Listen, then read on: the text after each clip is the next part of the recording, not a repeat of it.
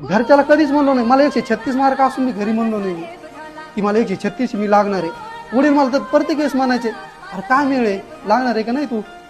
मग लागणार, थोडं थांबा येणार रिझल्ट. मग आम्हाला तर सांग खरं काय आहे तर. मला काय 136 मार्क आहे, रिझल्टच नाही आला म्हणलं आपला. ज्या टायमाला रिझल्ट ज्या दिवशी येणार होता त्या दिवशी शिकारी सर, जगताप सर, मग सर आज रिझल्ट येणार आहे ना?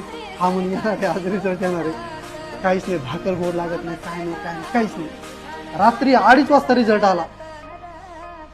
ट्युशन असा होता ना, सगळे झोपलेले होते. माझे आई वडील आतमध्ये होते.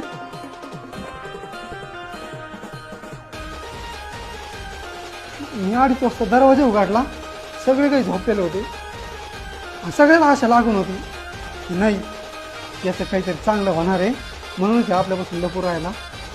मी 2:30-2:45 वाजता दरवाजा उघडला. आई म्हणे काय झालं इतक्या रात्री तुला? आई म्हणे उडीला उठले. म्हणे काय झालं? म्हणलं मी झालं म्हणून मी पोलीस झालो. उडी लागली.